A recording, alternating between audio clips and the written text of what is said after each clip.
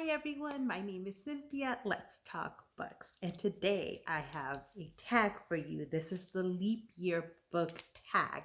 Yes, I am very late to making this video. I was tagged by Berna over at Berna's Bookish Adventure. And thank you so much for tagging me. I meant to get to this tag right away because I'd been looking for tag videos to do. But then madness occurred.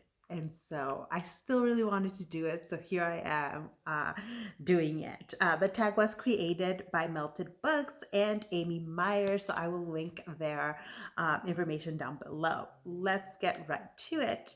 Prompt number 1 is an extra day. What is one book that brought a little something extra?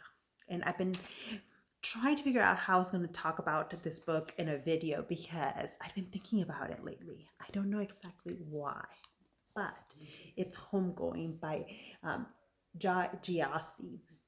This is a book about the slave trade, specifically looking at the slave trade in West Africa, and two sisters that end up going in different routes. And then it's a multi-generational book. So like, I think it's every chapter you're seeing someone like down the family line and what their life is like. So you're following two lines of the family, one that stayed in Africa and another that was taken to the United States, was taken to the Americas. So it's a really beautiful book and I really, really love it. And I can't wait for her latest book. I think it's coming out this year. I can't wait for it because I really loved this book.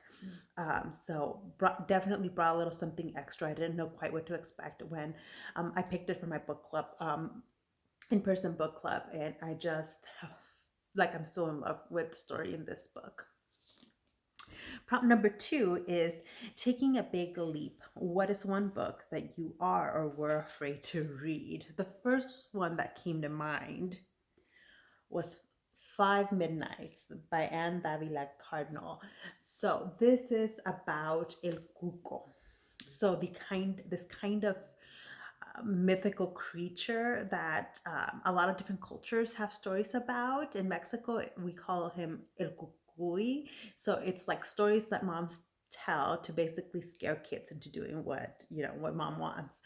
But the story assumes that El Cuco is real and what happens when he's going after people. So I wanted to read this. I picked this up and I picked it up right before I was going to go to bed. And I was like, oh no, is this going to be really scary? It's YA though. So no, it was not too scary. I was able to read it and it was fine. It's more of like a thriller than really horror, although there are horror elements in here. But I ended up actually quite liking it. So yeah, I was afraid of it, but it turned out to not be as scary as I thought. All right, prompt number 3 is every 4 years, what is the 4th book you read this year? I had to look this up because January feels like an eternity ago. So 4th book I read in 2020 was The Duchess War by Courtney Milan. This is one of my 5-star reads for the year so far. I really love it. It's a historical romance and it follows Miss Minerva Lane, who is a bespectacled wallflower who falls in love with a duke, and the duke falls in love with her. And there's a lot of feminism, a lot of political, historical commentary. I really, really enjoyed it, and I can't wait to read more Courtney Milan. So that was prompt number 3. Prompt number 4 is 366 days in a year. Looking at your shelf, name the 6th book on that shelf. No, looking at your shelf, name the 6th book on the 3rd shelf, and then the 6th book after that. Okay, so I looked ahead. So 3rd shelf, the 6th book, and then the 6th book after that are these two. So the first is Warbreaker by Brandon Sanderson. This is not a book that I have read yet, but I am planning on starting with this one when I start my Brandon Sanderson journey, and I'm actually excited to get to this at some point. And then the next book is Night Circus by Erin Morgensstern.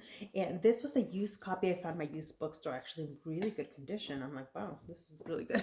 But a lot of people really love this book, and I am really looking forward to getting to it, actually. I think I'm going to enjoy it, so we'll see. Prompt number 5, leaping ahead. Name 4 books that you want to read in the next leap year, or by the next leap year.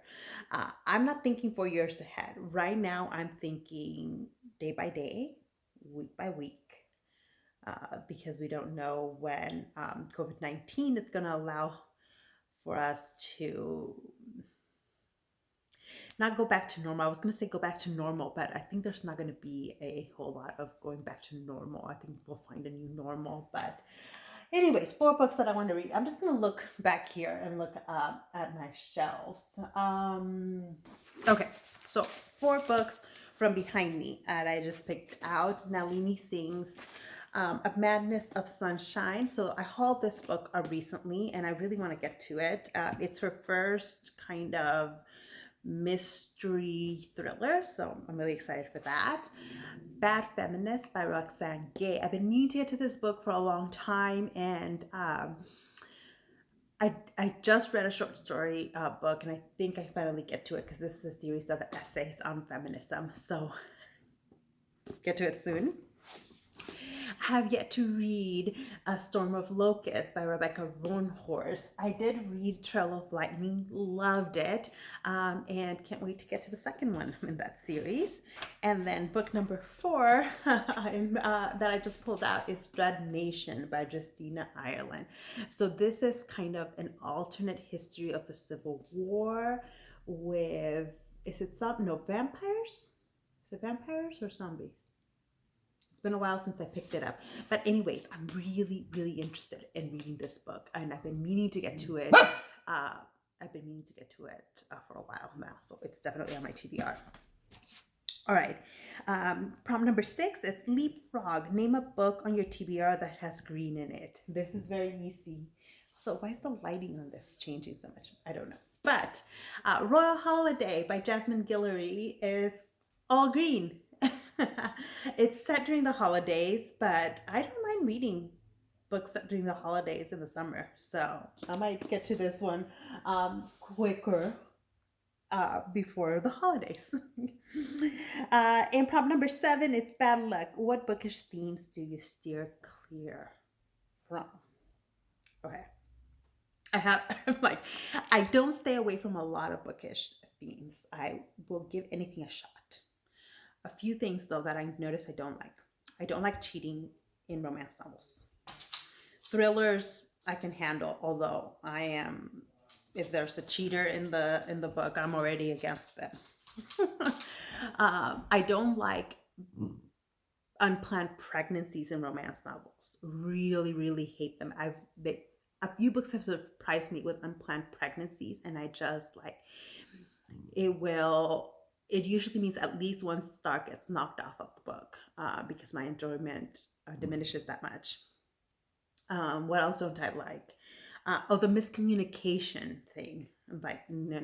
Especially in romance novels. Like, the two you need to talk. If one conversation is going to solve the problem, then your problem's not really that big of a deal.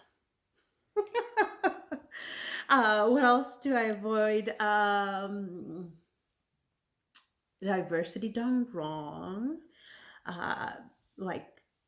Because I'm Mexican, if I see Mexican representation in a book and it comes off racist, it feels wrong to me, then that's automatically no. So I guess I do have a few things I don't like in books, but yeah, that is it for me. That it completes the tag. I'm supposed to tag 4 people, but because this tag is old now, I'm just gonna say, if you want to do it, do it. If not, then here's me talking about books in this video. Lady, by the way, has been sitting here growling, so hopefully I have edited all her growling out. But thank you so much for watching, and I'll see you in the next one. Bye.